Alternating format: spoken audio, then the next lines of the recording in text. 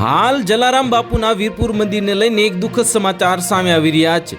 સ્વામિનારાયણ સંપ્રદાયના ફરી એક અન્ય સ્વામીએ બફાટ કરતા વિવાદ ઊભો થયો છે। વડતાલના સ્વામી જ્ઞાન પ્રકાશ સુરતના અમરોલી ખાતે એક સત્સંગ દરમિયાન જલારામ બાપા વિશે વિવાદાસ્પદ ટિપ્પણીના કારણે વિવાદ વકર્યો છે। વિવાદિત નિવેદનના કારણે રઘુવંશી સમાજના લોકો ઉગ્ર પ્રતિક્રિયા સાથે રોષ વ્યક્ત કરી રહ્યા છે। નોંધનીય છે કે વિવાદ વકરતા જ્ઞાન પ્રકાશ સ્વામીએ માફી માંગીને વિવાદિત વિડીયો ડિલીટ પણ કરી દીધો છે।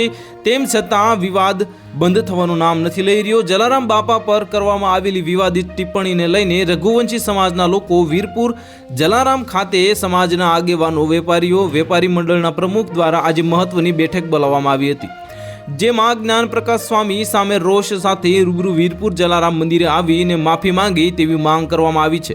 આ વીરપુર ગ્રામ પંચાયતની બેઠકમાં લેવાયેલ નિર્ણય અનુસાર આજે અને આવતીકાલે સજ્જડ બંધ રાખવામાં આવશે અને આવશ્યક વસ્તુઓ જેવી કે મેડિકલ અને હોસ્પિટલ ચાલુ રાખવામાં આવશે।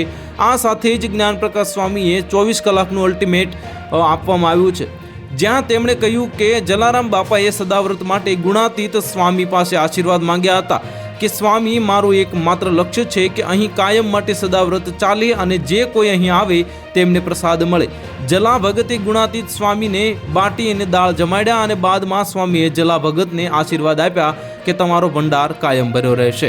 તો હાલ માટે આટલું જ, મળીશું નવી અપડેટ સાથે। જો તમને અમારા વિડીયો પસંદ આવતા હોય તો વિડીયોને લાઇક કરી દેજો, ચેનલને સબસ્ક્રાઇબ કરી બાજુમાં આવેલા બેલ આઇકનને દબાવી દો, જેથી તમને આવા સમાચારની અપડેટ મળતી રહે।